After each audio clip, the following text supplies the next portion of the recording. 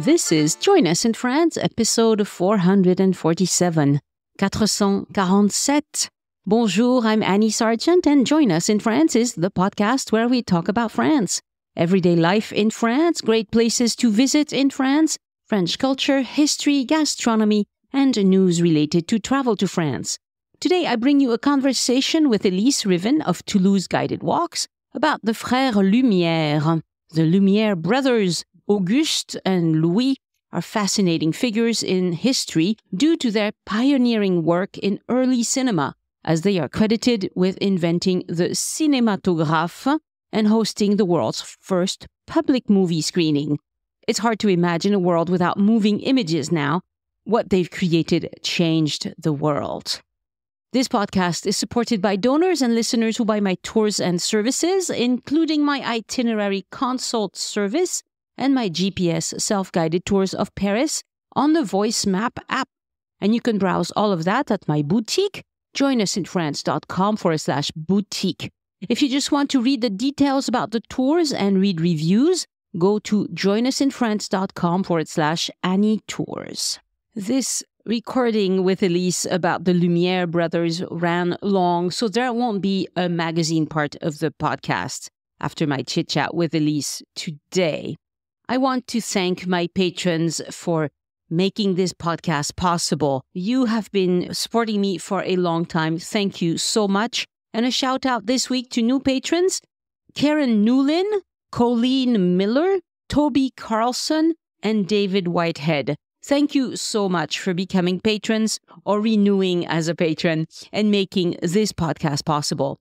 Patrons, I would like to encourage you to install the Patreon app on your phone. It will help you enjoy your rewards while on the go, which include audio and video rewards. This week, I published a video update for patrons with a question: should I add a monthly video conference as a reward?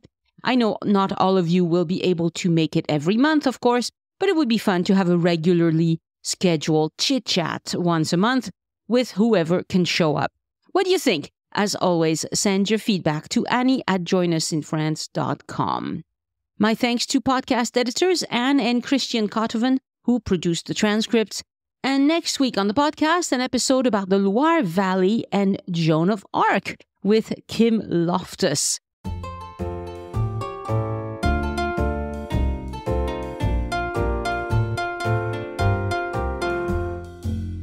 Bonjour, Elyse. Bonjour, Annie. We have a very interesting topic today, and one that I know just about not much about. Nothing. Okay, nothing. I know nothing about this because I'm really an audio person. I love to listen to stuff. I don't watch things so much. Movies? No. And so, but you are a movie file. Is that a word? You just maybe made it. I don't know if it exists already. But I will accept the title. I will indeed. Yes. You go to movies. You've seen all the movies. I mean, you even go to movie houses where I'm like, why would anybody go there? Well, let's put it this way. I feel like I was weaned off the bottle by going to the movies. So this goes back. What do you mean? I mean that as far back as I can remember, I watched movies. I watched them growing up on television. Old movies on television. I love the visuals. Of course, that's partly my background anyway. But from the beginning, I really, as far back as I can remember, I was in love with movies. I was in love with what they represent, the visuals of them, the stories about them. And then as I got a bit older and starting in high school, I started going to see foreign movies, which at the time in the States was a big deal. It was very exotic. Nobody did things like that. And wound up becoming a real cinephile, going to see the entire works of, and I can list the number of different filmmakers that I have seen, actually every single movie that they've made, Wow, that's crazy. Yeah. And so I'm not someone who's interested so much as you are, more in the technical part, like how did they film that scene? I know a little bit about how they did it and can explain that. But I'm interested, just like about things like painting or sculpture, the style of the different people who made movies. And in this case, what we're going to talk about is the history of cinema and its relationship to France, because France is really the home of the beginning of cinema. Right. So I knew that much. It's pretty much started here. Right. Because the invention of many of the machines that you need to make movies. And we've now been on est largué. Which is that? On est largué. We were left behind by Hollywood. I mean, Hollywood is just the place. It's the place. Of course, there is Bollywood too, which apparently, I mean, I don't know from a technical point of view, but if I remember something like they turn out about a film a day. It's like eating popcorn over there. But in fact, when we talk about this, what will be interesting to know is that from the beginning, from the get-go, there was an absolute rivalry between France and the United States because the original first gadget or machine, which was called a kinetoscope, was created by Thomas Edison. I see. Okay. And it was a machine. Now, of course, he's the one that also is responsible for creating telephones and, Yeah, just ask Americans. He invented everything. Everything. He invented everything. We're talking really about the 1880s. We're talking about basically 150 years ago.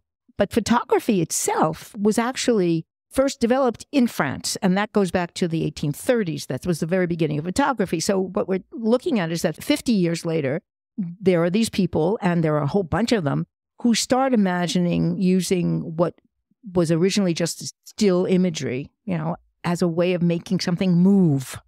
And this is where we get into the wonderful, magical, to me, absolutely magical world of cinema. But from the beginning, and there are different episodes that are sometimes a little rocambolesque, I think that's the right word to use. They're almost burlesque, actually. There is this absolute rivalry between who's going to do it first, the Americans or the French. All right, let's see if you can settle this for us. We're going to see if we can. But first of all, I have a couple of questions for you. Okay, you admit to not knowing much, but here's my first question. Name a French movie, and it doesn't matter from what period of time it is. Just name me a French movie that you have seen. Nikita. Good. Okay. Do you remember who did the movie? I think it was Luc Besson. Very good, Annie. See? So that's not so bad. Well, it's just about the only one that I've seen more than once. Okay. Well, but interesting. Now, the reason I'm asking you the question is because this is one of the things that I find, and I realized it more and more as I was doing the research for this, because I find this also extremely interesting. Of course, everybody out there knows that I have an art background, but you knew who made the movie.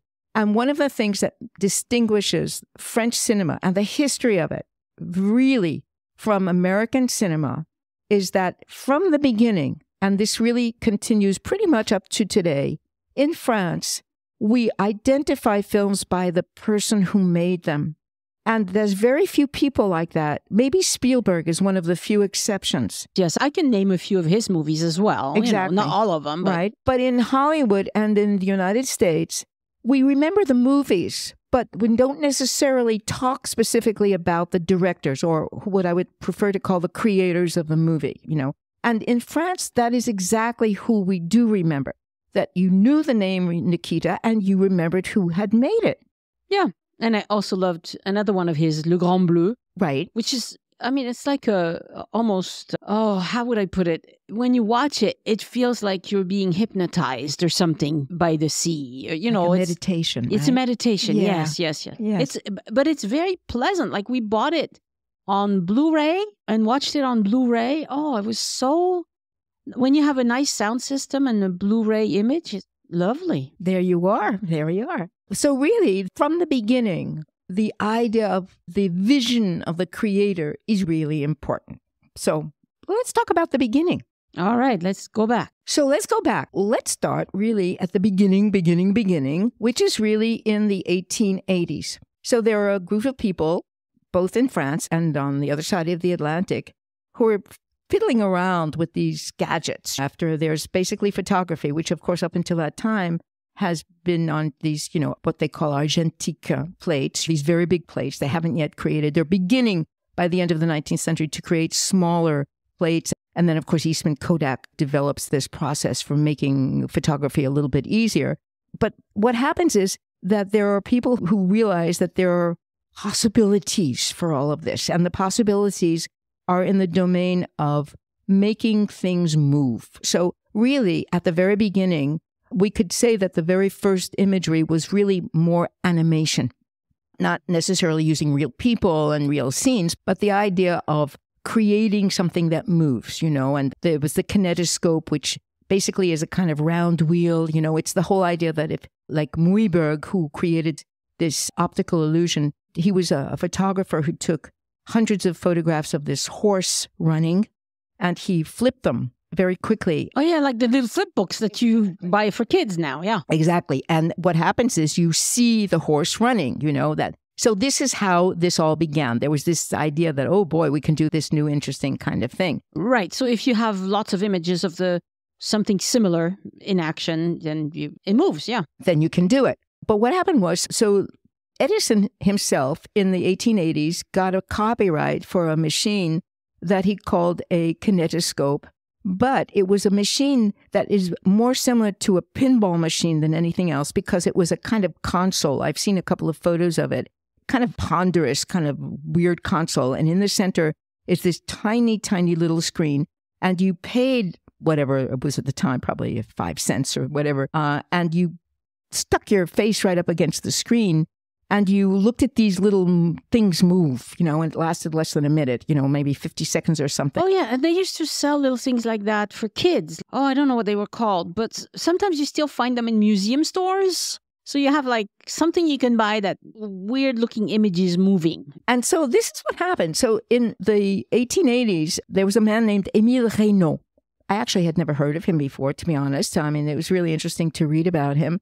He had seen Edison's machine, and he thought to himself very cleverly that it would be more interesting and more profitable to create a system where groups of people could look at these moving images at the same time rather than one person at a time. I see. So instead of sticking your head into a machine, you could all sit back and watch clever man, Émile Reynaud, yes. And he decided he made a machine. He invented a machine that was like a rotating horizontal band. I have actually seen a couple of photos of it on Wikipedia. And he decided to call what he was doing optical theater. Well, it's I don't know what. I mean, it's not a particularly... It's a name. Yeah, it's a name. It's a name. And he must have known the people who had the Grévin Museum in Paris because he was able to rent a room in their museum. Well, I don't even know how long their museum has been around, but obviously it existed by that time.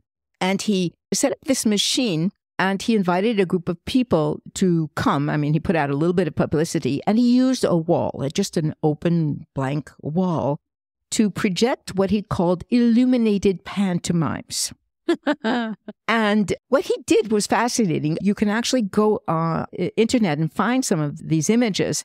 He took plates and he did hand-painted black and white drawings, and then he used some color to color in a little bit of it. So this was basically the very, very beginning of what we would call animation. And he projected these, and the longest piece he ever did was 3 minutes, which at the time was considered extremely long. So apparently the first time he had 35 people in the audience, and he charged them each 1 franc, which at the time was a huge amount of money. So he was really targeting a relatively affluent population, people who already knew about photography, who were interested in kind of new gadgets and things like that. You always pay more if you're the first one to buy it. Always pay more, right? And luckily for him, there were actually a couple of, I don't know if they were newspaper critiques or something like that, but the word spread that this was fascinating. This was this new kind of gadget with these moving images. And so he started making a lot of money. And believe it or not, between 1892 and 1900, it is estimated that his work was seen by over 500,000 people. Wow. And he copyrighted this machine that he had invented. But alas, and this is always what happens, because as you and I both know, every few years somebody finds a way of refining on something that's already been invented. Of course. One of the biggest problems with his invention, because he'd made a lot of money, he'd become very wealthy, and he was becoming very famous, but because everything was hand-painted, there was no way really to make copies. So it was in this one theater in Paris that people were able to see his new thing called basically what we would now call an animated cartoon. So it was not scalable, which is a problem. Which is a problem, and which is a very big problem. And so what happens is, along come the Frères Lumière. Excellent name. Excellent name. You know, it's kind of ironic because I used to think that was like a pseudonym, but absolutely not. What was their name? That was their name. It was the Light brothers, right? And the Light brothers were actually Auguste and Louis, who were the sons of a very wealthy industrialist from Lyon. They were from Lyon. In fact, the museum that they have is, of course, still in Lyon. And their father had been to see these animated cartoons that were made by Émile Reynaud in Paris. And the father, who obviously seems to have been the one who was really the visionary, he basically said to his children, sons, you know, you are going to make us a fortune because you are going to work with me and we're going to develop a different machine and a different way of doing this so that more and more people can see these new things called animated cartoons. And what they did was they were inspired by what Edison had developed, which was basically your original and very first 35 millimeter film. And they made a version of it that's slightly different. In other words, they have like different holes on the side. The spacing was not quite the same. But they were all inventors. They were really part of this group of people who were interested in mechanics, interested in inventing new things. Right, because the notches on the side of the film is how you run the thing, you know, and so depending on the spacing between the notches, it's going to run slower or faster. Exactly. Whatever. Yeah. Exactly. And if you look, there's a picture you can see online. Edison's was a whole bunch of little holes and they were rectangular, and they did almost the same thing, except they made fewer holes and they were round. So Lumière, I mean, they invented it. Well, but they also copied. Of course they copied. Okay. But, you know, who invents what? All right. You know, it's always modifying. What they did do, they were really brilliant at inventing, and they were brilliant at creating new things to actually make a lot of money. In the end, in the time that the Lumière brothers were actually working, and until they stopped, which is the beginning of the 20th century, they had over 170 copyrights. Wow, so they really wanted to make money out of this. This was not like, you know, we're just interested in discovery and trying new things. They wanted to make money. They wanted to make money. Their father really pushed them to make a lot of money, but also they were fascinated and interested by photography. That was the basis of everything. And they were really good inventors. And so it turns out that one of the brothers, it was Louis mostly, he was the one who became much more interested in creating places where people could come and see their version of this new thing that was no longer animated cartoons, because they are actually the people, they really are the first people to invent film, in the sense that they used real people and they filmed again. It's hard to imagine that none of these lasted longer than a minute at first, you know, but they filmed with what is called a fixed plan. In other words, they had the camera focused on one spot. The camera did not move, and they just let the action pass in front of the camera. So nothing lasts more than 1 minute, because what you see is actually what is in front of the camera. Right. And probably to have good focus, they probably had to focus, just like manual focus with a camera. You need to focus on what's furthest away from you, but you don't want to have too much distance. You have to pick a focus point, and you don't want it to move too much. Right. So it's just very limiting. It's very limiting. Their first projection was in Paris again, because after all, everything happens first in Paris, right? Well, it happened in Lyon first.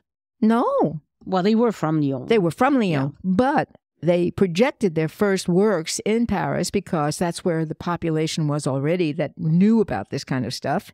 And so in 1895, they had their first projection of 3 films. Ta-ta! Each one lasted less than a minute. It was a festival. It was a festival. This was the very first film festival ever in the history of the world, right? And so the names of the 3, they're hilarious. I've actually watched one of them. You can still see the animation. Actually, the moving picture is no longer animation online. So the 3 were called l'arroseur arrosé, which means the person who's watering gets watered.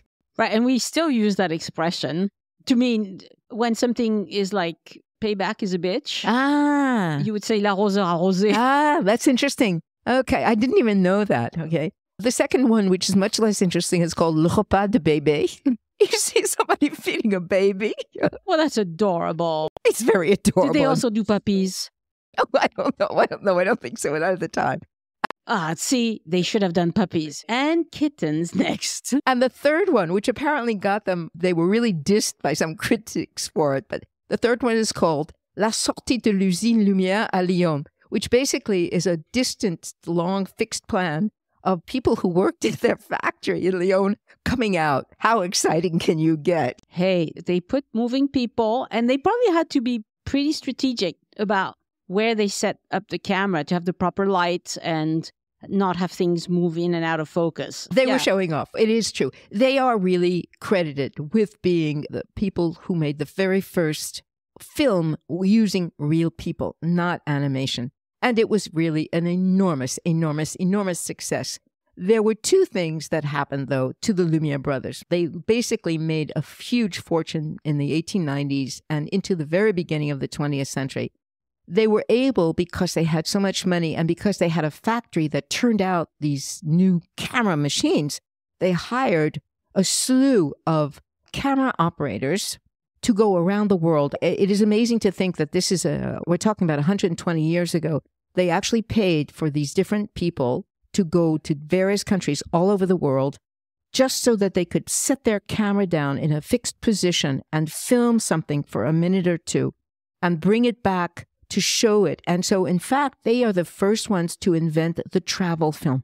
Right. And they're also trying to create a market where there wasn't one before. Right. Right. So they had to get a lot of things done. And yeah, travel's good. And travel's good. Now, what's interesting is that they were not interested in fiction. They were not interested in making stories, of creating a world of fantasy of any kind. They were very much interested in the quality of the film and in filming what you could see. And so here's the anecdote I was just telling you about. One of the places they sent their camera operators to was the United States because, in fact, their work was very successful to a large extent in the United States. And Thomas Edison and his company were not happy with that at all. Well, yeah. Because they were really in competition, even though he had long ago given up on doing this kind of film, but he had these copyrights. Yeah, he still felt like he owned the thing. He still felt like he owned the thing. So apparently what happened was there were one or two of these cameramen who set up their camera, and you can imagine this large kind of bulky thing, in Central Park in New York, because that happens to be one of the few places where there were actually, Thomas Edison had his film studios not very far away, in Flushing, Queens, and in New Jersey. And word got back to Edison, who contacted the local police. This is really like one of these bad films of the silent era. And you can see the Keystone Cops coming, with their little wooden stick, batons. Yeah. And apparently made up some kind of weird story about how they were not allowed to do this because they had not asked for permission to film in Central Park. And I don't think you need permission, basically. And so they left Central Park and then went to one of the avenues in Manhattan and tried filming there and got arrested and literally got sent back to France from the United States. And basically what happened after that was that the Lumière Brothers basically went, never mind, we will work on Europe because we're doing very well here. We don't need to have this particular market. And so they just kept getting richer and richer. And this is a very strange thing. I don't know if you know about this because actually I've seen a recent TV movie in France that talks about it. Do you know about the Great Fire of the Bazar de la Charité? Oh, yes, I do. Yes. Okay. All right. So that was theoretically, apparently caused by a lamp that was using ether that was in a projection room. And one of the problems with what the Lumière Brothers were doing, interestingly enough, was that they were very snobbish and they did not want to make films that would attract a lower class, working class population. And what happened after the fire at the Bazar de la Charité, which is 1897, was that a lot of the upper class and middle class people shunned these animated film places because they were worried about the fire. They were worried that this was a horrible, tragic event. There were over 100. For a good reason. For a very good reason. And so, strangely enough, What happened was that the Lumière Brothers basically decided that they were better off making the machines and selling the machines, and that beyond a certain point, once they had invented the travel film and basically what we could call the beginning of almost documentary filmmaking, they had no imagination. They had no idea what they could do with it. And they stopped in 1902. They stopped making film. Well, they were, they had given what they were able and they move on to let the new generation take over at one point. I mean, they were really important in the invention of the machines themselves and the idea that this is the potential that these machines could have. And the man who takes over really after that and who is really more the inspiration for pretty much a lot of what comes afterwards is Georges Méliès. Right. Even I had heard about him, and I haven't even watched one of his The Moon movie, whatever it's called. So it turns out that he was a magician. That was his background. He was actually a magician, but he had been a very successful magician. He was really a man who had a certain amount of money, and he had seen the projections by the Lumière Brothers, and he had already seen the work done by Émile Reynaud. But he was a magician, and his idea was that this new medium could be really interesting for all kinds of people of the working class, even poorer people than that. And it would be fun to make things that had what we now call special effects, and that would be funny. And so he is the man who is responsible for the whole concept, which has now, of course, become so very sophisticated, of what we call special effects. Right. Special effects were pretty basic, but they were. They were. I mean, yeah, at the time they had never seen anything. Nothing like it. Yeah. He was the first person to create what is called a stoppage, which is basically the term that's still used in film, where you stop the filming, you put something in, and then, of course, you can see one of the ones he did where it's the beheading of Mary, Queen of Scots. And lo and behold, she really loses her head. And you think, how did he do this? He was really interesting. And his work was very, very important in making cinema available to millions of people who otherwise would not have been able to afford it. He also had a really fabulous imagination. In 1899, he made a 6-minute long film of Cinderella. And of course, this is using real actors with all of his crazy paper mache special effects. But he created techniques of camera use that are still in use today. There's a man named Georges Sadoul, who is a Frenchman, who apparently, I have to see if I can find this book. He recently, in the recent past, wrote a book that's the definitive history of French cinema. And in the book, he is quoted as saying that Georges Méliès, who was only interested in seeing how much special effects he could invent, has basically invented everything that people do in cinema and had no idea that that's what he was doing, Well, sure. He was trying things. So another really brilliant person who was very focused on one aspect and took it as far as he could. He's also fascinating because he actually made what is considered to be the very first political movie, which is really something I did not know. In 1899, he made a 13-minute film, which is very long for the time, about the Dreyfus Affair. Wow. Did they have movie houses already where they did perhaps not. This is, 1899. Yes, they had. And not only that, but he was so successful that he actually created the first cinema studio in Europe, starting in 1897 in Montreuil, which is right on the northern edge of Paris. And he opened a few rooms. I don't know if they looked exactly like what the earlier cinemas that we know about from the 20s and 30s looked like. But yes, they were specifically designed small rooms in the dark for projecting these films. So he was not only a man with a great imagination, but he was a good businessman as well.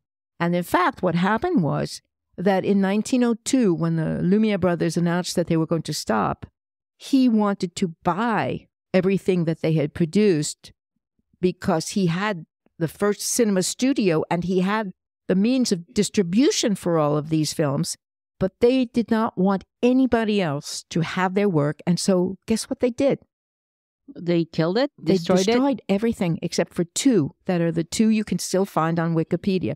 Rather than give it to anybody else, they stayed with their mechanical industry and they destroyed absolutely everything except for 2 of these tiny little films. That's so sad because really, at one point you have to realize that there's going to be new people taking over what you've done and improving on it.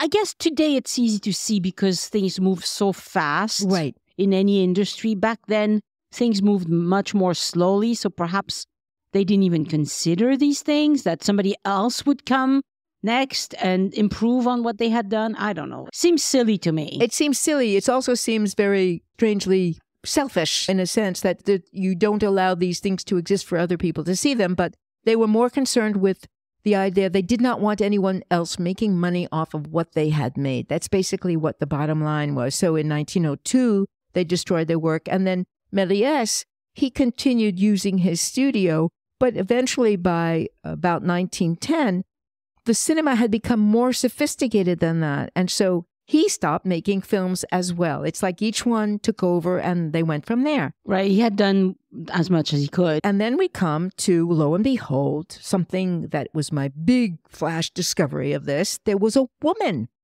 And she is considered to be the very first woman film director in history in France. And her name was Alice Guy in English. And she had been hired. She apparently had a very interesting background. Her family allowed her to really develop her education, her imagination. She went to work for a man named Léon Gaumont as a secretary. And Gaumont was one of the 2 people who he was also a rich industrialist, who sold projection machines. Now, he didn't make them like the Lumière Brothers did. He actually made his money selling these projection machines. Retail. And he was interested in creating an entertainment system for the masses. And apparently she was allowed to watch whatever they were doing. And while she did this, whatever her imagination was, her background was, she actually suggested to Léon Gaumont, who had at least the open spirit, the spirit to allow her to do this, she said she would like to try making a film. Wow. Okay. And he said, okay, but do it on your own time. You're still my stenographer. So in 1895, after having seen a projection of the Lumière Brothers' work, she decided that she was going to try to do something herself. In 1896, she made a 1-minute film called The Cabbage Fairy. Really? There's a fairy in the cabbage. And the fairy, who was a real person, was seen pulling little babies out of this cabbage patch. Babies. Yeah. They're very adorable. And it is considered to be the very first invented story in cinema. I love this because there are all these firsts. Each one of these has come up with a new first. So she actually told a story from beginning to end. She told a story from beginning to end, if you could imagine doing that in exactly 1 minute. It's a fast story. It's a fast story. Well, it's probably a story that people already know. I don't even know. But the next one is the one that really put her on the charts and made her part of the history of cinema. In 1899, she decided to make a film about the Stations of the Cross. And she called her film, very simply, Jesus of Nazareth. And she used actors. And she did it as a kind of, one step at a time, but with the filming of the movement of the people, with the carrying of the cross. And it was made on 35 millimeter, the kind invented by the Lumière Brothers. And it is considered not only to be the first narrative film in history, but it's also the first peplum. What is a peplum? I love peplums. I don't know what that means. A peplum is the term used for all of these very sometimes silly, sometimes good films about ancient times, about the Romans, the gladiators, about the Crusades. Okay. And all this kind of stuff. That's the term that's used for them. There's the one with Russell Crowe where he plays the gladiator. And Moses. Moses. Who played Moses? The American Moses? Charlton Heston. Yes, that one, yes. All those are called peplums. I did not know this. And she invented it. She was the person who did it. Now, unfortunately. But see, it's interesting because, again, she was telling a complex story, but based on something that people already knew. Yes. Because in almost in a lot of churches in France, you have the Stations of the Cross. If you pay attention around the walls, they will have all the different. So even common people would have known about this. And so it's a good way to start because if you're going to imagine a whole new world, as in science fiction, for instance, well, you have to set up your world, right? You need time to set up your world. Whereas there, she just used something that people already knew. I think that's brilliant. It was brilliant. Yeah. Unfortunately, the second part of her life story is almost a classic case of a woman being kind of taken over by a man, in this case, her husband, and having her work basically being usurped because she married and moved with her husband, who was working kind of as a co-producer with her. They actually moved to the States. She moved to New Jersey, where she set up a studio. And what happened was that after a few years of being rather successful, I'm not sure exactly how this played out, but they got divorced and he took over. He took all the credits. And she had 2 children. She went back to France. And for the rest of her life, she lived to be in her late 70s or maybe even older. I don't remember exactly. But she spent the rest of her life trying to get back the recognition of being the person who had been the inventor of these things and being the first woman film director. That's terrible. But it happens almost everywhere. It's sad. It's sad because unfortunately, we're still talking about the beginning of the 20th century, right? And we're just going to terminate this kind of whole thing by talking about the Pathé brothers. There's a lot of brothers in this story, interestingly enough. You know, it's interesting. You have the Lumière Brothers, the Pathé brothers. They are responsible for making the first major production company in the history, in the world we're talking about, not just in France. So were these French? They are French. They were also Parisians. They had seen all these movies. They'd seen the movies by the Frères Lumière. They'd seen the movies made by Méliès. They'd probably seen the work done by Alice Guy. They were industrialists. None of these people were poor to begin with, except for one somewhere along the way who made his fortune earlier. But by the time we're talking about them entering the world of cinema, they're all people with money. Money makes money, right? They were good businessmen. What they did, it's kind of funny, but of course at the time it probably wasn't. They were very clever. They made counterfeit versions of Edison's phonograph machine, not the visual machine, but the sound machine, the audio stuff. They had the first sound studio in Europe in history. And by 1896, they had studios in Paris and London, Milan, and St. Petersburg that were sound studios. They built a huge fortune. And one of the 2 brothers became very interested in this new thing called cinema, which was basically based on this word that had been invented called cinematoscope. I see.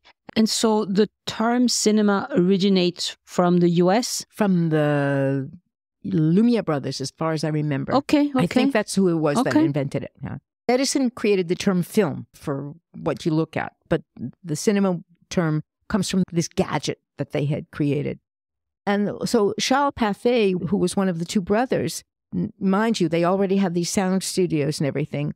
He hired a man to make films for him, a man named Ferdinand Zecca, who doesn't have as much credit in history as the Pathé brothers, but he was actually the man who made a lot of these movies, and for quite a few years, I mean, up until the 1930s, actually. But he was an employee of theirs or something? He was an employee of theirs, so he didn't get the final copyright credit.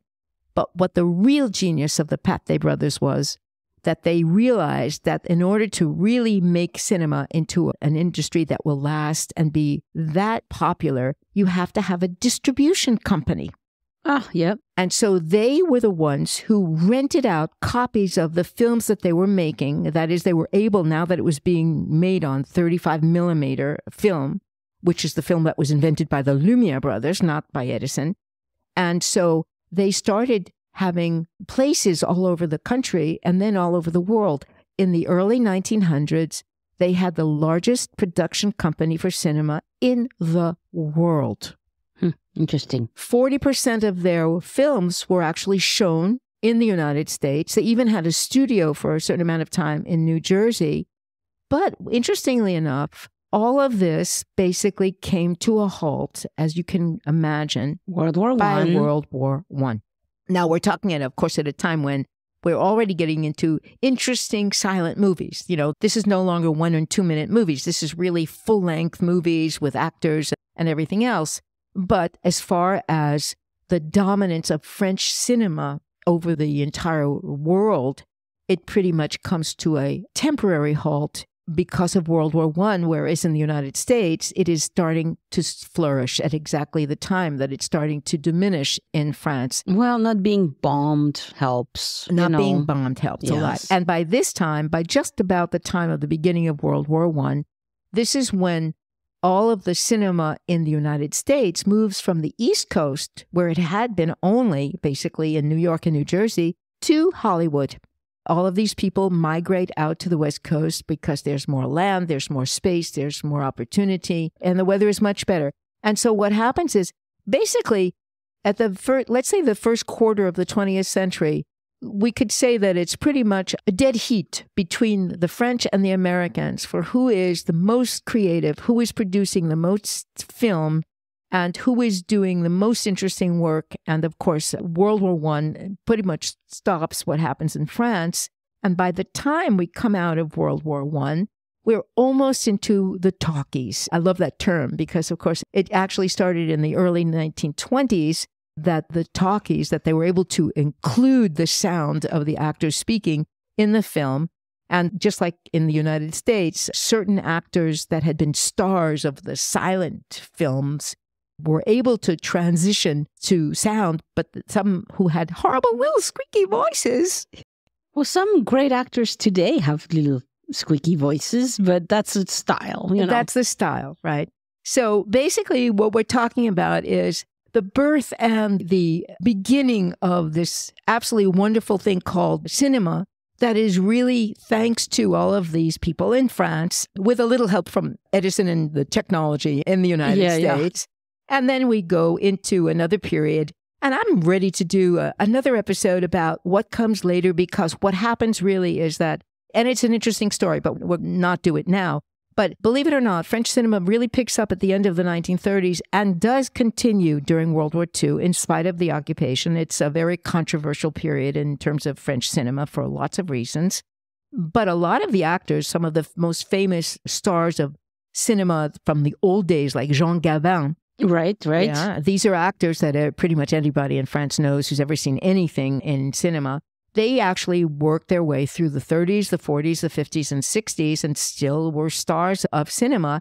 And there's a big slump when it's the Americans who really take over. And then starting at the end of the 60s, we get this fabulous new creative period in France called the New Wave. And it's not just basic cinema, it's creative cinema. And that's what the French are best at. Yep, I'm sure that's the case. Although if you give me a choice of go see a French movie or an American movie, I will probably pick the American movie. You like the special effects and the things like that. The truth is that the Americans, the French idea of cinema, to this day, really, let's be honest, the French idea of cinema is closer to what it was at the beginning of telling a story and not dealing with a very sophisticated special effects. It's not their forte. It's just not. They don't do it well. And then when they try to do it, it doesn't come off as well because that's not what they're good at, you see. But I made a list of the names of a whole lot of people who've made movies. I have not put it in any order, no alphabetical order, no chronological order, except for the first two because they're silent movies. If people are interested in seeing the different people who made film from the very beginning of the 20th century on in France, this is a sampling. I just mentioned a film or two. It's a good way of getting an idea of what this was like and what is still, because there are a couple that are very recent films that I've added, of what the French do. It's a different kind of cinema. Personally, I love them both. I just love cinema. I just think to me, that's why I like going to the movies still, even like a lot of other people, more and more, we're all watching it on little screens at home or big screens at home and computer screens or whatever. But there's a magic to sitting in this enormous, enormous room where it's dark and you have this gigantic screen. Really? Oh, I love it. I absolutely love it. The cinema is wonderful. So I'll grant you that it's different, but I would much rather watch a movie at home than at the movie house. I'm so bad. I'm so bad. And it's very true also that in recent years, because to make special effects, to make modern movies, you need very good technical skills as far as, software. The software that they use is very complicated. And they do tend to hire a lot of French kids. There's some very good schools for movie making around Paris. And in Hollywood, they hire a lot of French kids straight out of these schools because they have the technical know-how on how to do all these object manipulation and things that are really difficult to do. And you need to be really good at math to get into those programs. I mean, France is still a place where we make a lot of movies and whatever. But the type of storytelling that these classic movies, I mean, you made a list of things, and a lot of these movies, a lot of them are older. Amélie Poulain recently is excellent. Nikita Luc Besson is excellent. I really liked Au revoir les enfants, obviously. So that's hard, it's just hard to watch. Let's see, what else did you... Of those, I've seen most of them. Well, not all of them. Well, like Guillaume Canet, who is, of course, an actor, he's now making movies. And one of the movies he made that's really very good, these are not movies with special effects, but he made a movie called Les Petits Mouchoirs, which is really about a group of friends and the story about what happened, the history of the relationships between them. Or Jacques Audiard, who is actually the son of a screenwriter, who made a movie that I think is absolutely wonderful called De Rouille et d'Os, which is these are both movies that came out in the last few years. They don't, cinema to me, I love cinema. I mean, I've started watching Korean films. I went through a phase where I watched a lot of Japanese movies. You even watch stuff like from Northern Europe and like subtitled stuff. Absolutely. You need to get the feel of the sound. And so I grew up. Okay, final anecdote, because it goes back to thank you, Madame Dujardin, who was my high school French teacher when I was growing up in Nassau County in New York, okay? And she took our French class to Manhattan one day to see a French movie. I had never seen anything but American movies. I'd never seen anything but either American movies, going to the movies with my friends, or watching old American movies on television, because I was one of those, I would sit up and watch movies all night long. And it opened my eyes to the fact that every culture has a different way of telling a story. That's what I loved about it. Yeah. And it was a movie, of course, that was in French. Now, my French was not that good, so of course I had to look at the subtitles. Well, I just grew up going to see foreign movies with subtitles. To you, it's normal. It's perfectly normal. Yeah. It's perfectly normal. Yeah. And I can't stand it. So the future of storytelling in images obviously includes Netflix, right? That's another revolution. And Netflix stories that are not in French or English I can't. My daughter has a lot of patience for these things. Well, you won't watch the subtitles. Why? No. Why? I don't know. Dubbing is horrible. Dubbing is awful. And you know what? Yeah. I can tell when I'm in another room in my house if there's something on the television that's been dubbed. Yeah. It's immediate, absolutely immediate. I went through a period where I've actually seen every one of Ingrid Bergman's movie, every one of Kurosawa's movies. So you complete the series. Like you want to see the whole series. And after a while, you get the idea that, first of all, I have no problem reading subtitles, none whatsoever. But also, the sound of the language somehow goes with the imagery that you're seeing. Oh, I'm sure you're right. But if you give me the choice of, you have 3 hours, are you going to watch a subtitled movie or read a book? I would much rather read the book. But I think that's a personal preference, because my brother and my sister, they always snuck into the family room where we had the TV to watch movies. And I just went into my room and read books. Sweetheart, you don't know what you've missed. I'll take your word for it, Elyse. Thank you so much. This was really interesting. Thank you very much. And of course, all of Elyse's notes are on the website, the show notes. Yeah, this. Just to say, if you want more about different movies, just ask. Yeah, she's got the movies covered. Merci, Elyse. Au revoir. Bye.